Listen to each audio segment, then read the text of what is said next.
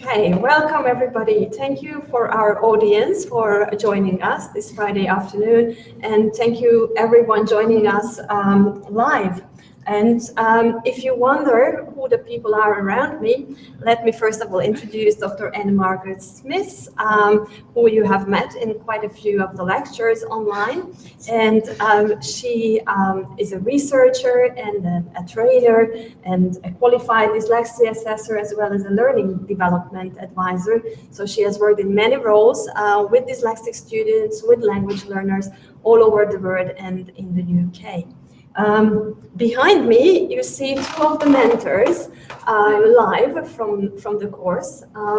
Bimali Virati, who you have met online, who is originally from Sri Lanka doing her doctoral research in Lancaster, and James Wilby, who is also a doctoral student in Lancaster and who worked in the UAE and China before. So thank you very much for joining us.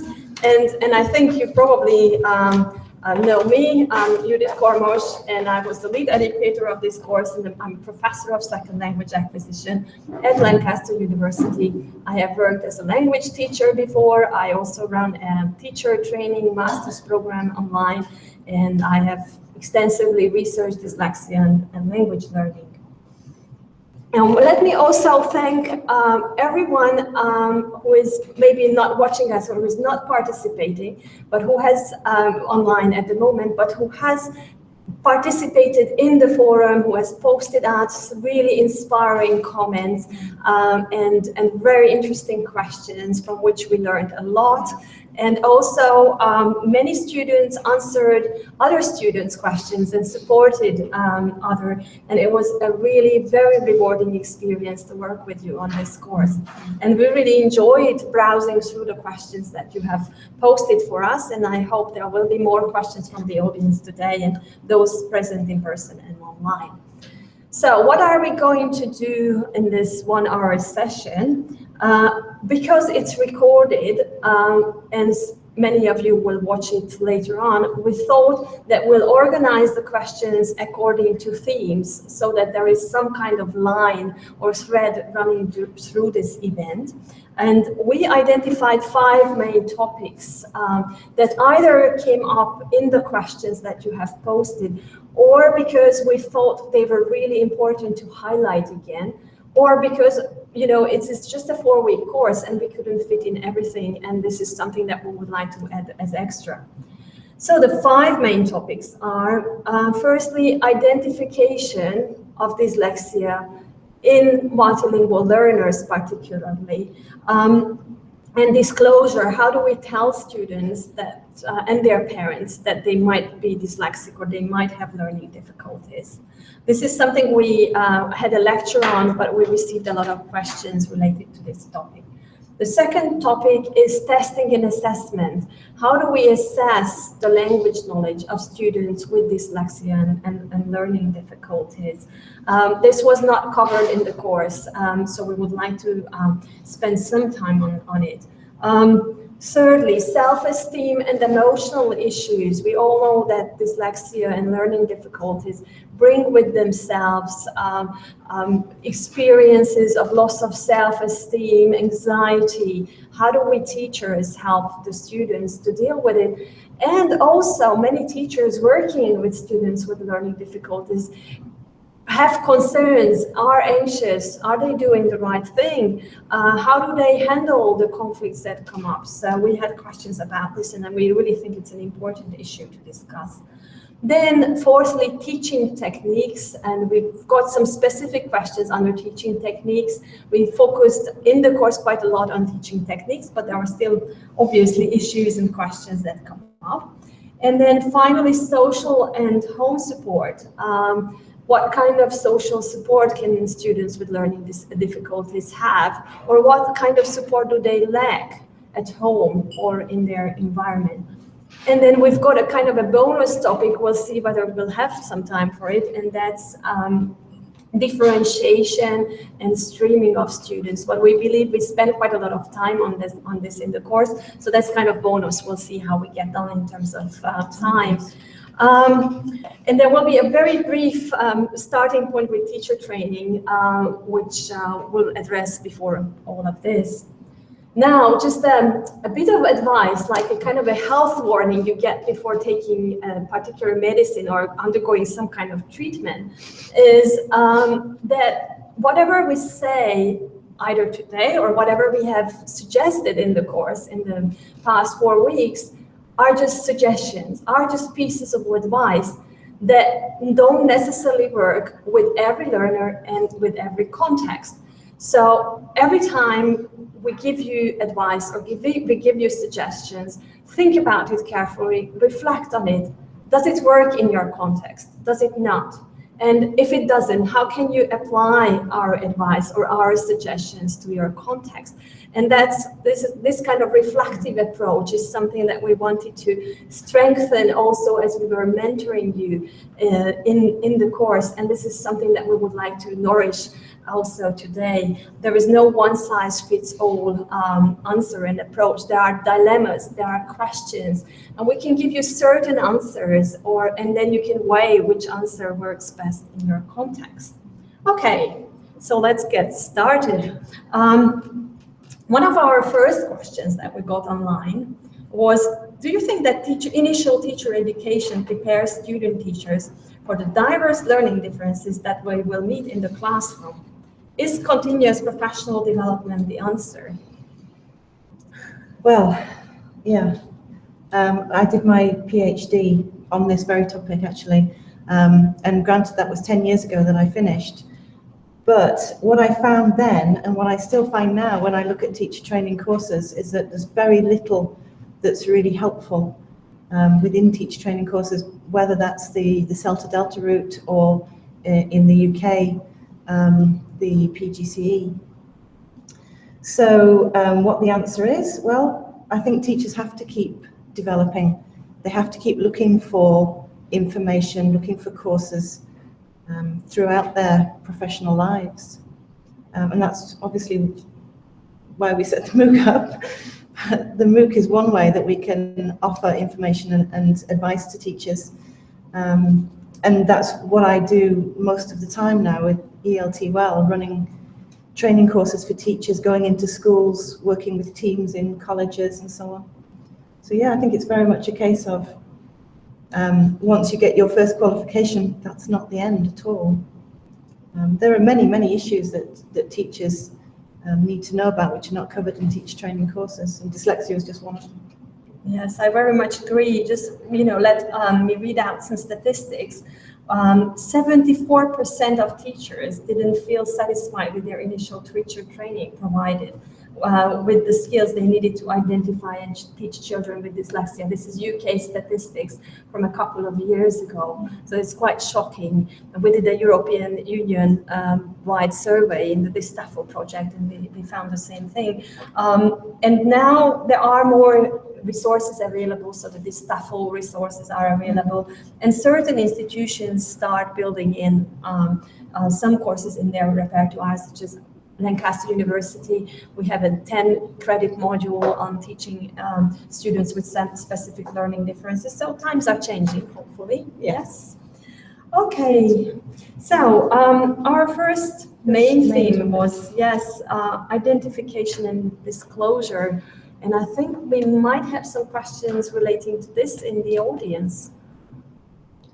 Yes, I was wondering, how is it that a student may not have a diagnosis of learning difficulty in his first language, but may actually have dyslexia in his second language?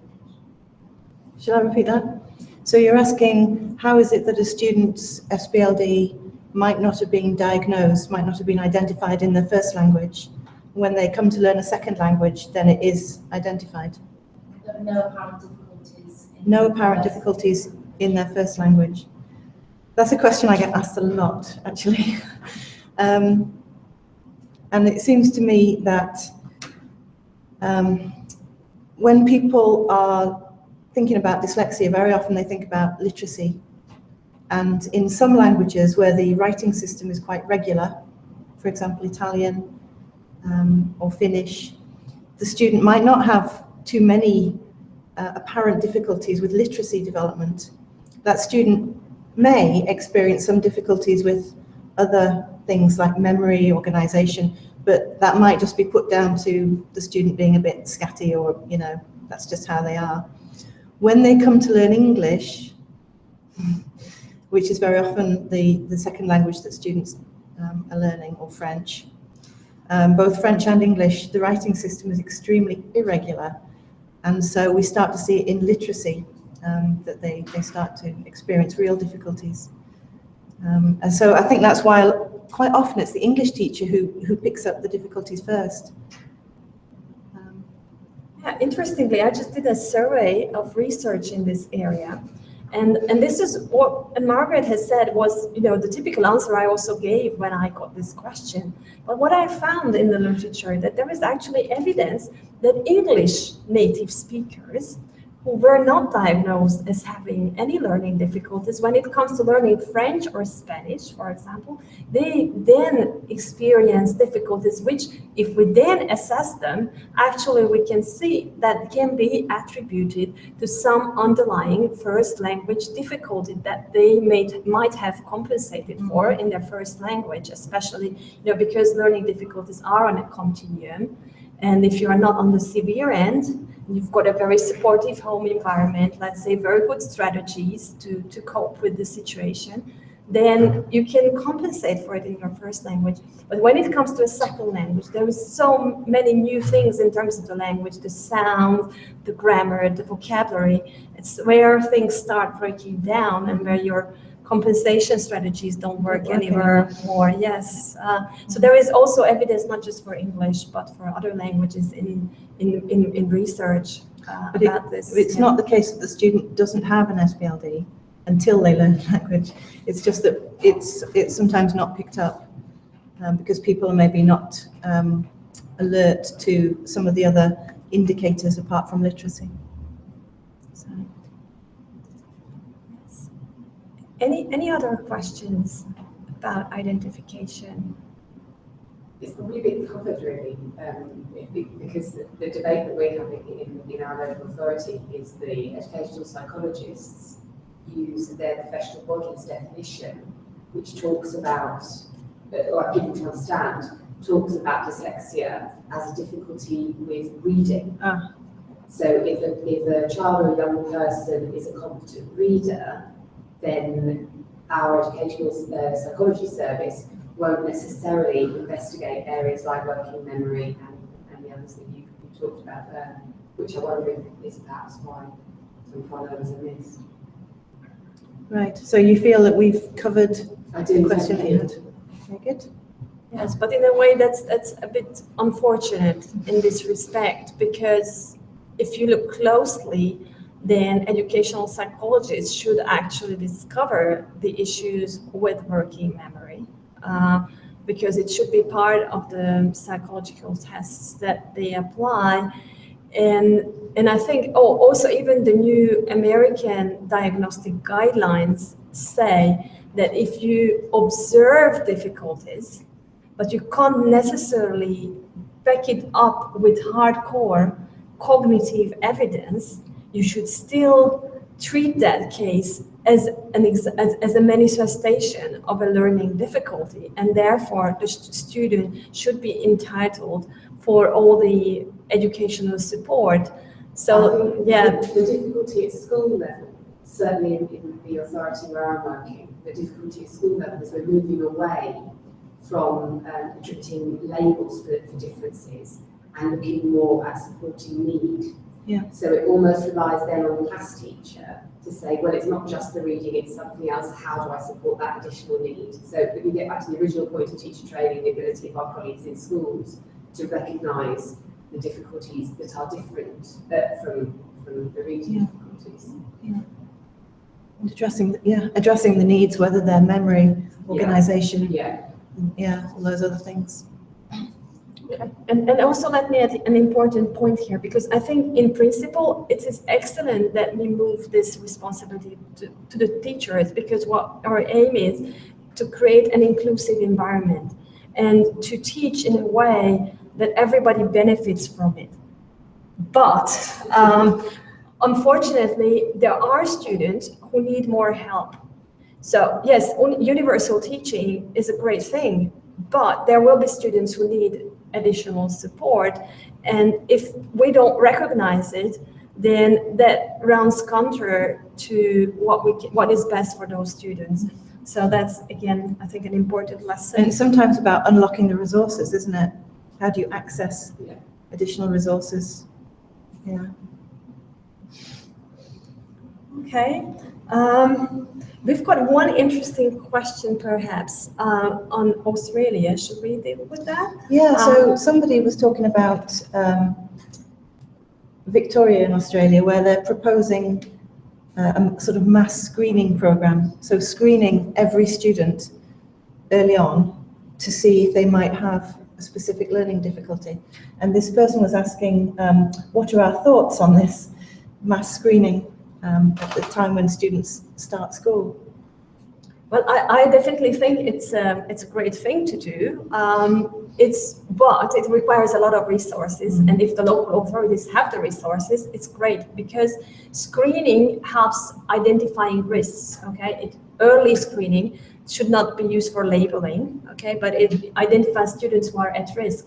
And the question in this case is, we have to ask: are there any harms that we are doing to the students who might be so-called false positives? So somebody who may not, in the end, become, dyslexic, and we are still giving the students some support. And I say yes, because everybody benefits from it, and we know that at-risk students benefit a lot from early support. And the more students get this early support, the better it is. So, apart from resources, I don't see too many disadvantages of this approach. So I think it's a great initiative. It perhaps depends how it's done. It needs to be done sensitively. Yes, sensitively, and with the right screening tools. And with interventions for those who need it. Yes. Okay. But generally a positive thing. Yeah. Are we ready to move on to the next topic? Yes. So our next topic is testing and assessment, which unfortunately we didn't have time to really cover in the course. I think those of you who have taken the course will agree it was quite packed already. But we have had some interesting questions. For example, anyone in the room got a question about testing and assessment? So shall we go to the one that this question was sent Any questions online? No. Okay. So somebody was asking us about assessing students orally in place of some written coursework, and whether we would advise that these students do presentations just to their teacher or to the whole class, and how we would manage that so that they don't feel singled out for different treatment. Well, this is one of the dilemmas, right? When there is no one good answer, I would say. But often, if you have the flexibility to assess students in different ways, and the curriculum allows it, and depending on the student's goal with using the language in the future, then oral assessment can be an answer. And for some students, it is really helpful that they don't have to write down long answers. At the same time, we have to be aware that not every dyslexic student prefers this type of assessment. In our research, we had students we interviewed, and they said they really didn't like this method of assessment. So first of all, we need to ask the students whether they prefer this one to a written assessment. And if they say yes, then we can go for it. How do we handle it? With the class, I think sensitizing the class very early on as we start working with a group of students that there might be people who have learning difficulties is really important. And if you remember one of the very few tasks when we asked you to try it out, how it feels to have a learning difficulty, when we asked you to write with your other hand and replace certain symbols, and you were all put on time pressure. That's a good activity actually to do with the whole class at the beginning of the year, and then see how it feels to face these difficulties, and then go on to discuss how each student is different and they have their own strengths and weaknesses, and try to establish kind of accepting attitude in the classroom, then, you know, students, or you can show them the typical cartoon with the little animals, with the monkey, with the fish and so on, and you show them, you know, if we give the monkey and the fish the same task to climb that tree, then not everybody will succeed. Then I think they will understand that as we are all different, there might be different ways of assessing what we know. I think in an ideal inclusive education system, there would be different options available to everybody. I don't think we're quite there yet. No. But in an ideal world, of course, the option to have an oral assessment rather than a written one would be available to all students, or to use different assistive technology. That might be an option open to everybody, but at the moment, depending on your context, and of course, we realize that people are working in very, very different contexts. As far as I'm aware, in most education systems, there isn't that level of freedom at the moment. So, yes, extended time can be something, again, which is very useful to students, and then time considerations, again, for everybody when you assess. How much time do you give? How important the timed nature of the assessment is to what you are assessing? That these questions also need to be asked. And very importantly, what exactly are we assessing? And if we put modifications in place for different students, are they still demonstrating the same skills? And I think particularly with language, writing and speaking, very different skills. So I think we need to be clear about what it is that we want to evaluate in each individual. So there's a lot to unpick there in that question. Yeah. Yeah, and you know, sometimes, you know, also you might think about the goals. If you are flexible in setting goals, if your curriculum allows you to be so flexible, then what are the goals of your learners? Is it oral communication, so that should they be able to speak French and Spanish when they go on holiday, but otherwise they are not likely to use it for professional purposes, in which case oral assessment is a great alternative. However, if you know, it's, let's say it's English, and they will write, communicate by email, they will study through the medium of English, then unfortunately, then in that case, we are not really doing a good service to our students if we exempt them from written assessment. Yeah, that's right. I think there is a temptation sometimes just to say, oh, well, he's dyslexic, he doesn't need to do that. I really have a problem with that. I really feel, instead of saying, oh, you're dyslexic, you don't need to do that, we say, well, you're dyslexic, so we need to find a different way to help you to learn to do that. Because I do believe that dyslexic students can learn the same as everybody else, but maybe in a different way. I mean, the outcomes could be the same, but the route to get there might be different, and certainly the way that we assess might need to be different, bearing in mind what we've said about the requirements. Any questions about testing assessment online? No questions. Okay. Are we moving on to the next topic? Yes. Okay. So the next topic is Self-esteem. Yes. Are there any questions in the room about self-esteem? No. Quite a lot, aren't there? Okay. Any questions online? No. Oh, good. I've taught adults and young students, and young students seem to be able to cope better with diagnosis of dyslexia than those that are diagnosed later on. Just wanted to find that might be. I think we should repeat the question. So the question is, sorry, I don't know your name. Lisa. Lisa.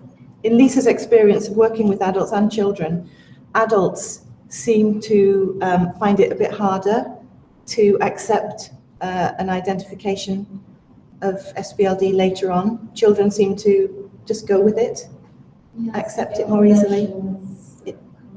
Yeah, and I have to agree with you, Lisa, working at in FE and HE, when we have students who are identified. You want to explain what that is for our overseas participants? Oh, sorry. FE is college, further education, and HE is university level education.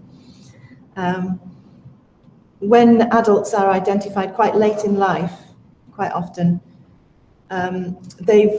we've all developed our own kind of self-identity, how we see ourselves.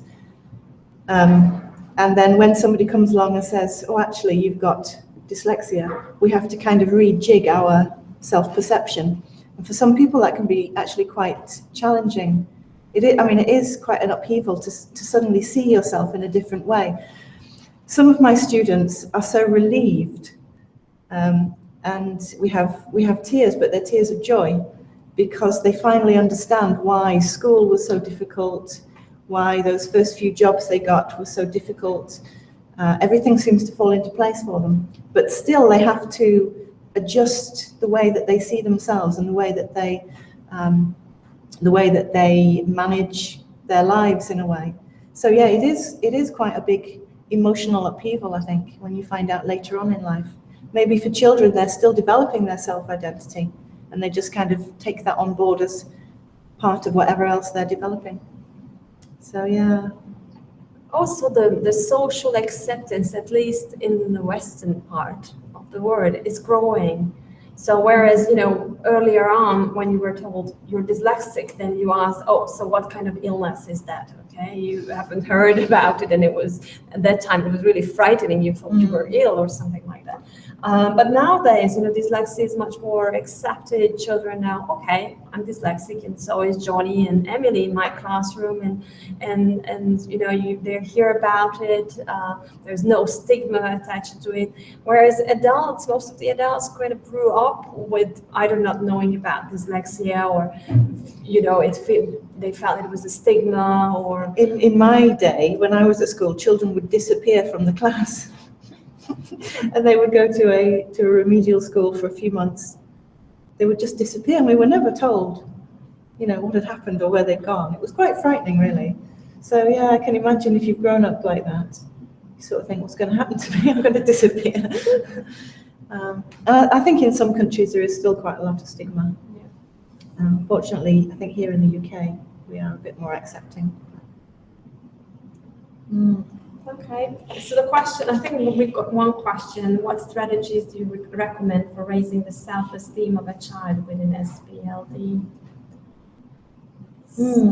Well, I think the strategies we use for raising self-esteem are the same regardless of whether we're talking about children or adults. I think, obviously, as teachers, we need to be praising and encouraging. Praising for when they try hard or when they almost get the answer, even if they're not getting 100% correct. Encouraging them to keep trying and to develop resilience and persistence. What we incorporated actually into the English Sounds Fun program, which is a program I'm developing with a Greek teacher, and it's for dyslexic learners, is that at the end of every lesson we ask the student to think about how they've done and what they can now do. And what we're trying to do is to help them develop some self-awareness, because I think a lot of students kind of internalize, I can't do that, and I can't do that, and I got that wrong. And they've got a lot of negative feelings, a lot of negative experiences. So what we're trying to do is to give them opportunities to succeed, and then get them to reflect and to realize that they have succeeded and they now can do this task, whatever it was. So from self-evaluation, they develop self-awareness. And through self-awareness, they realize that there are things that they can do. There are ways that they can work very effectively. And, that does boost their self-esteem. Maybe they're not working in the same way as the rest of the class, but the way they're working is successful. So that's one thing that I would definitely recommend, self-awareness as a route to self-esteem. Yes, and yes, just highlighting teacher praise. Also praise at home, because self-confidence grows from a very important source of self-confidence problems is comparison with others. Siblings or classmates and so on. That's a very important source, and you have to kind of counteract that quite actively, and you have to highlight what the student is good at rather than what it is that they may not be performing so well in. And you have to counterbalance that with lots of praise coming from outside, and then self-awareness as well. So yes, and English Sounds Fun is, you actually saw Anastasia and the two little children working with it in the videos. A couple of you asked you what the program was, and it's English Sounds Fun. Any more questions about self-esteem, or shall we move on to the next topic? There's a teacher self-esteem question. There's one question on time. Yes. It's related to identification. Okay. I'll read out the question. I had a student as suspected of being dyslexic, but it turned out that she was just in the wrong class or her level. So how can we make sure that we suspect a student has dyslexia before we approach the director of the school or the parents? So shall I repeat the question? Yeah. Somebody is saying that a student she thought was dyslexic, but it turned out the student was just in the wrong class. So he wants to know, how can we make sure that a student... How can we really make sure that we suspect a student has dyslexia? Yeah, how can we check out our sort of suspicions before we take it further, before we start talking to the director? It's a good question. In the video that I made about identification, I did talk about some strategies that teachers can use in class. You don't have to be a fully qualified dyslexia assessor to think that one of your students may have a specific learning difference, or to check out whether those suspicions could be correct. Of course, you have to be a qualified assessor to make a formal identification. But if you're a teacher and you think that one of your students might be learning in a different way, there are things you can do. You can, for example, try and investigate how their memory is working. You can set up class tasks and games and things and watch to see how the student copes with memory tasks, short-term memory, auditory short-term memory, and visual short-term memory. You can observe closely to see what their organization is like, what their sequencing ability is like in all sorts of different aspects of learning. You can observe and see how quickly they complete tasks, what their speed of processing is like. There's quite a lot that you can observe for, and then I also recommended in the video a few little tasks that you could do. If you're teaching students who have a different first language from you, so in my case, for example, I'm in Britain teaching English. Most of my students, all of my students, have a different first language. You can get them to do some work in their own language and just observe and see if, if they appear to have any difficulty in their own language as well. There are a few things you can do before you take it to the director, but I think observation and discussing with your colleagues would be the two things that I would definitely recommend first of all. Yeah, and if you go and watch Anne Margaret's video, we also posted some links below the video, so that you can follow up some short tasks and links for further tools for assessment. But what I think maybe one of the other take-home messages is that it's a misconception that learning difficulties cannot be reliably diagnosed or reliably identified in multilingual students. They can be identified. We're not saying it's easy to identify them, but they can be identified.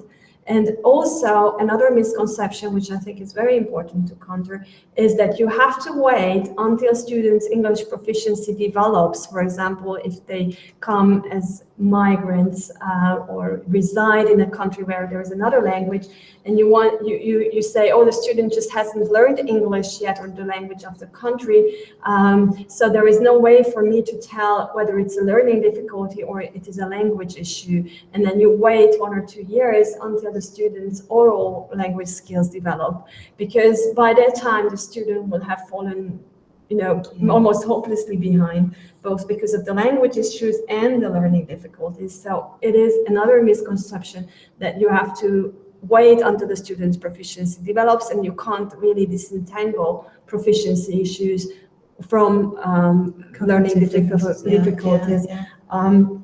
So again, it's very important to bear this in mind. Absolutely, because as we've been saying, specific learning differences don't just manifest in literacy practices. They manifest in memory, organization, sequencing, speed of processing. These are things that you can check out regardless of what language or how good they are at English. So there are certainly things that teachers can do early on. And some also language independent tests of verbal processing, kind of made up languages and so on. So yes, let me go back a little bit to the self-esteem and affective issues, especially because we have come to the end of the course, and we got questions about how teachers handle some of the anxieties and sometimes occurring frustrations with teaching mixed ability classes, or sometimes apparent lack of progress of students with learning difficulties, because we need to think about ourselves as teachers as well. And also, what we found last year when we conducted a survey of teachers who participated in the course, that they actually, by the end of the course, they were slightly more concerned or slightly more anxious about their inclusive practices, because they knew more things they could do or could have done, but at the same time, they haven't yet tried it out, they haven't had experiences with it, and they were worried whether they will be able to cope with these new tasks, these new responsibilities. And so, first of all, I would just like to warn you that if you feel like this, it's completely normal. If you feel anxious, that's okay. That's okay, because that's a normal reaction to any new situation you are confronted with. And if you apply some of our suggestions, and if you reflect on these anxieties will pass away. So it's just a temporary state. But we also found that students' beliefs about what they can do have been enhanced. So they felt more confident. So I think this confidence is going to counteract that. But indeed, there are daily frustrations that we might want to think about, and what we should do about them to help the teachers. Yes. It is frustrating when you have to tell a student 5 or 6 times what the task is, and you feel like, yeah, he's doing this on purpose, he's just winding me up now. But I think as we understand more about SBLDs and about how it affects memory and processing, it's easier, isn't it, to think, actually, he's not doing it on purpose. It is something that he's struggling with too. And I've certainly found that helped me just to take a breath and just explain again, or find another way of explaining, or maybe make a task sheet so that he could keep referring if necessary. But yeah, I think it's about thinking, if I were that person, if I did have that kind of difficulty with retaining information, how would it feel if I had to keep asking? It's frustrating for them as well, I think, is the message really, and they're not doing it on purpose. Yes, and I think understanding the underlying cause already is a big step forward. Yes, and also talking to your colleagues and peer support is really helpful. Yes. Okay, I think time to move on. Really, yeah, time to move on. Yes, because we've got 2 more topics to cover. Teaching techniques. We did talk a lot about teaching techniques. Any questions from the audience about teaching techniques? Any questions online? You've got a question online. Okay. Okay, we have some questions. One is most courses are tied to a tight schedule. Using course books with long hard reading, I often don't have time because of the syllabus to slow things down or give extra attention to students with dyslexia.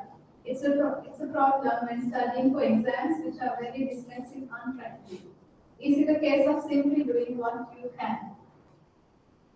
Okay. So the question was, and I think a lot of teachers around the world will recognize this situation, that a lot of courses are on a very tight schedule heading for an exam, which is often a dyslexia unfriendly exam. And the participant is asking, is it just a case of doing what you can? Probably yes. Unfortunately. I have heard so many teachers say this, that the expectations of the parents, the expectations of the education authorities is that the whole cohort will take the exam and move on to the next course next year. And unfortunately, it's about expectation. I don't know how we manage these expectations, but realistically, although I do believe that dyslexic learners will be able to learn the same amount, you know, they will succeed, realistically, they may need longer. And unfortunately, in a lot of education systems, it is quite rigid that they have to work to this exam at this point in time. It is a case of doing what we can. Students, in my experience, dyslexic students often do work very hard and put in a lot of extra hours, and so do their teachers, extra hours outside of class. And ideally, parents are also putting in extra hours, helping their children. But then there's no short answer to this. There's no magic pill. No. Apart from dismantling education systems and setting them up in a more inclusive way, but I'm afraid we're not at that point yet. Yeah, I mean, yeah, I completely agree. This is what, you know, doing what you can in terms of extra support you can provide inside and outside school. And also as teachers, making your voice heard. I think participation in courses like this, you know, being equipped with the state-of-the-art knowledge can be empowering, and it can give you a voice, and, you know, you can stand up, and perhaps, you know, if more teachers stand up against this, then things might change. But you might also consider, and again, it depends on the context, to what extent you're tied to these exams, to what extent you're flexible to change things and kind of shut the classroom door and say, well, this is what the curriculum dictates, but eventually I'm teaching children, not the curriculum, and I'm teaching Johnny and Mary, not past simple. Then you do what you can do best for these students. But, you know, in many contexts, this is not possible, unfortunately. So yes. It is really sad that's the situation we're in. Was there another question, Bimani? Do you recommend any practical EFL books aimed at primary level teachers? Practical EFL, so Dyslexic primary practical EFL. So she's looking, or he's looking for practical EFL books aimed at primary level. Yeah. Well, I have to say that English Sounds Fun is an English program designed for dyslexic learners between the ages of 7 and 15. It starts really at the beginning of English, starting with the sounds of English and building up. So it takes a bottom-up approach, but it also takes a top-down approach. And that the first book is available. The second and third books are still being trialed, and they'll be out later this year or early next year. In terms of the big publishers, actually, I just got an email a couple of weeks ago. I'm not going to say the name of the big publisher, but it's a big major international publisher who has just invited me to, and they have just set up an expert panel, and they will produce a so-called white paper guidelines for their course book writers on how to make their course books more expensive. Sorry, more inclusive. Sorry, no, more expensive. Sorry, no, it's getting late. So more inclusive. More inclusive. Sorry. More inclusive for the needs of children. That's really good news. Yes. So watch this space, and let's hope that in a couple of years' time, these guidelines will be implemented. That would be fantastic. Yes. If publishers start to get on board and start to see what really needs to be done. Yeah. Because I look at textbooks and I just think, we haven't moved on. Yes, but so it's happening actually. Great. So we'll keep you updated on this. Keep watching, yeah? Yeah. Good. There are some questions related to fonts.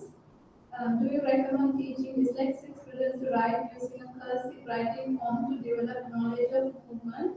There's another question, is it better to use capital letters? So the question is about the font that children or learners are taught to write English in. Should it be cursive so that they develop the idea of movement? And the other question is it better to use capital letters?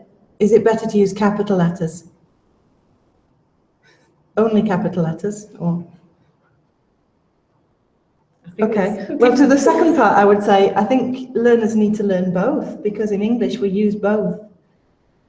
And actually capital letters are quite important in distinguishing proper nouns from common nouns. So I think I would say the learners need to learn both. I teach both from the beginning, and I know it's more that they've got to learn, but it's more about how you teach it than when you teach it or what you teach. So obviously we try and make it fun and multisensory and lots of practice, lots of repetition. And all the students that have been through the program, the English Sounds Fun program, have got it, basically. They've got it. So it's about how you teach it rather than what. In terms of cursive writing, do you want to say something on that? Not really. I mean, there are languages which don't use cursive writing. It really depends, again, on the context. I think, to me, the real question is the handwriting process and to what extent we need handwriting in this digital age.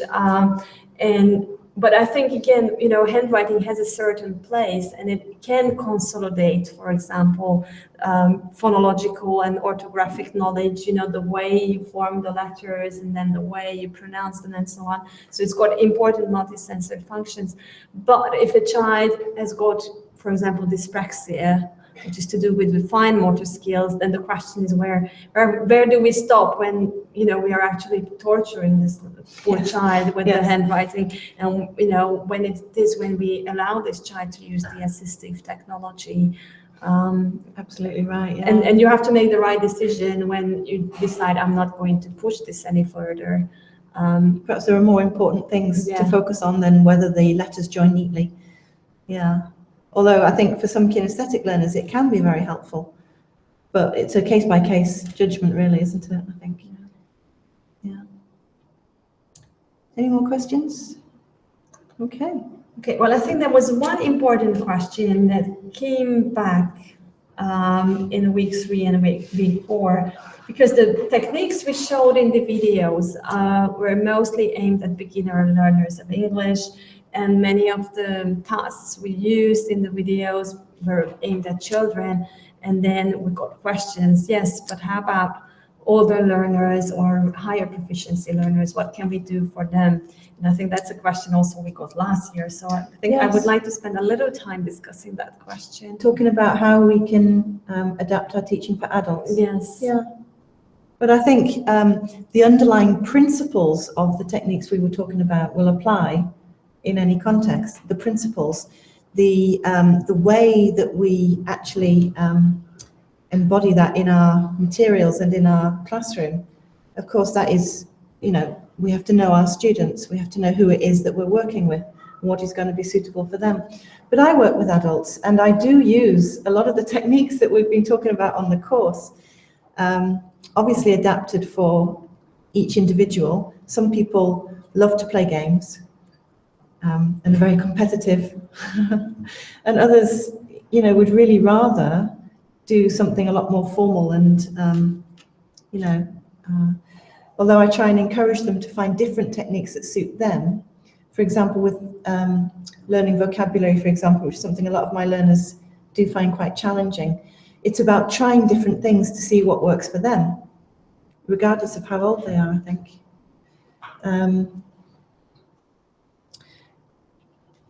And with adults, I think sometimes they come with quite a lot of baggage and negative experiences from the past. So I try and be sensitive to what they are willing to do, and obviously try and push them on, but not push them too far from their comfort zone all at once. Yeah, I just think that the techniques we've talked about really do work for adults as well. Yeah, I mean, you have to make your own adaptations and, you know, take the tasks at a higher level with more complex vocabulary, with more complex grammar. And of course, you know, you're working also with more complex skills, such as writing extended pieces sometimes, or reading longer texts. And we gave quite a few tips and advice online about reading and writing techniques that you can learn more about. And I think I said adults come with a lot of baggage of perhaps prior negative experiences, but they also come with a lot of life experience, and they perhaps have found out for themselves how they work best in work situations and so on. So it may be about encouraging them to apply the sort of things that they do in their daily lives to the classroom situation, and if they can articulate that, making use of that. Yeah. And also teaching them new ways to be autonomous learners and new ways to help themselves. That's also very helpful. Is there anything else you wanted to cover in that topic? Or? I think there was one more question that we were asked, and it's about first language use. So to what extent should the students' first language be used to support, to explain, for making comparisons and creating analogies during a second language class? And I really like this question because actually in itself, already the way the question was phrased, it is already an answer. And, you know, in teacher training, perhaps 10, 15 years ago, there was a very strong drive towards the English-only movement, and also even in the ESOL context here in the UK, parents are told use English as much as you can at home so that the students' language skills develop. But we believe, and now also there is plenty of research evidence, that students' first language, home languages, play a very, very important role in literacy, and they support, just as the person who asked the question, they help the students explain, to make comparisons with the other language. It aids their thinking. If that's their strongest language, they can, you know, think in more complex thoughts using their first language.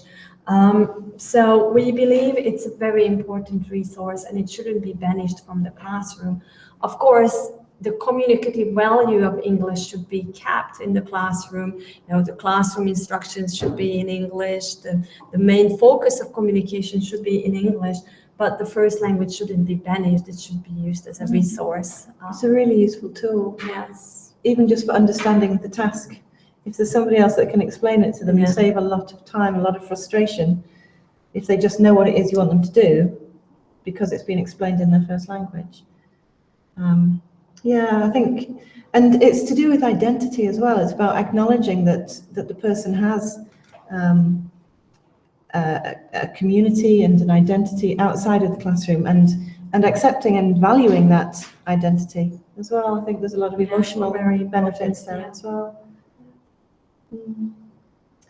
That actually brings us to our last topic, yes, which is home and social support. And we got a really interesting question that came up in different forms during these 4 weeks. And the question was, what can we reasonably expect of a learner who may have little confidence or motivation to work on his or her own, or may get little assistance from the family at home? Or if the parents are busy or not very educated, what can we expect? How can this learner be supported? Yeah, another difficult question to answer. But I think it's interesting that they pick up on the fact that sometimes the parents may not be very well educated. And what we know, of course, is that specific learning differences often do run in families. So the parents may also have specific learning differences and may have had a difficult time at school, may have left school early, may not have that educational background to support the learner. So I think that was quite interesting that they picked up on that. Parents also are busy, as we know, teachers are busy. But I mean, there are other ways of learners finding support, I think, aren't there? For example, from their peers. I think a lot of schools now have buddy systems where students support each other, maybe little study groups where they can work together. And a lot of schools in Britain have homework clubs where children can stay after school and get their homework done with the help of their classmates, some of their classmates who stay behind, and I think there's usually a teacher there as well, or another adult to support them. So there are some things in place that I know of in this country, and I understand that not everybody is in this country, and contexts are different. But there's also quite a lot of online support. There's quite a lively online community of English language learners. And perhaps maybe we're talking about younger learners who may not have access to the internet independently. Yeah, but there are lots of online tools as well. Yeah. But overall, and this is important as a kind of, conclusion, what we don't want the issues of, or the difficulties and the support of students with dyslexia or specific learning difficulties to be delegated to the parents or to the home environment. Of course, it's great if parents can help, but that shouldn't be the kind of basic assumption that, yes, if the parents help the students, we will do better. Because what we're doing there, we are basically kind of widening the gap that already exists between students who come from less advantaged backgrounds, maybe because their parents have SPLDs, or maybe because there is no time, no environment that is suitable for home learning. So what we don't want is to widen this gap, which is big enough anyway at the time when children enter the school already. So I think, in a way, teachers should try to think about what can we do within the educational system. It doesn't necessarily mean that it has to be the responsibility of the teacher alone. As you mentioned, there is the peer support, there is clubs, there is online resources, but the parent should not be the first and major point of call as a support. I think it has to be a collaboration, hasn't it, between the school and the family. And the school perhaps needs to look and see if the family needs support generally. Yeah. Otherwise, as you say, we're just perpetuating this gap between the well-educated, advantaged families and the disadvantaged. So, were there any questions in the room? Sorry, we didn't ask about home and social support. No, okay. Good. So, let me just close with some figures to make you think how important this whole issue is. So we know that with 1 in 10 of the population estimated to have dyslexia, in the UK alone, there are 6.3 million people who can potentially have dyslexia or learning difficulties.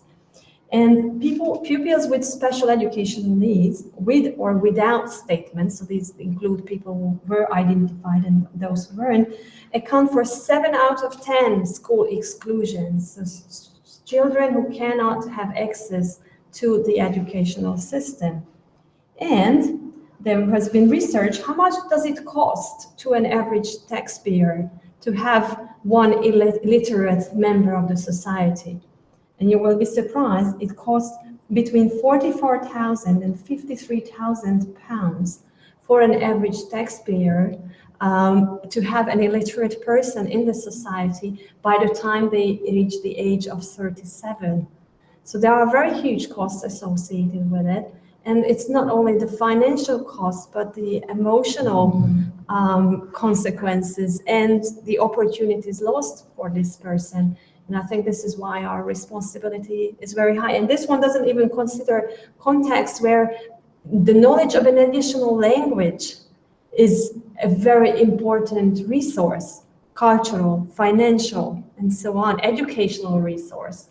And let me just stress how important our role is as language teachers and teacher educators to help students with learning difficulties.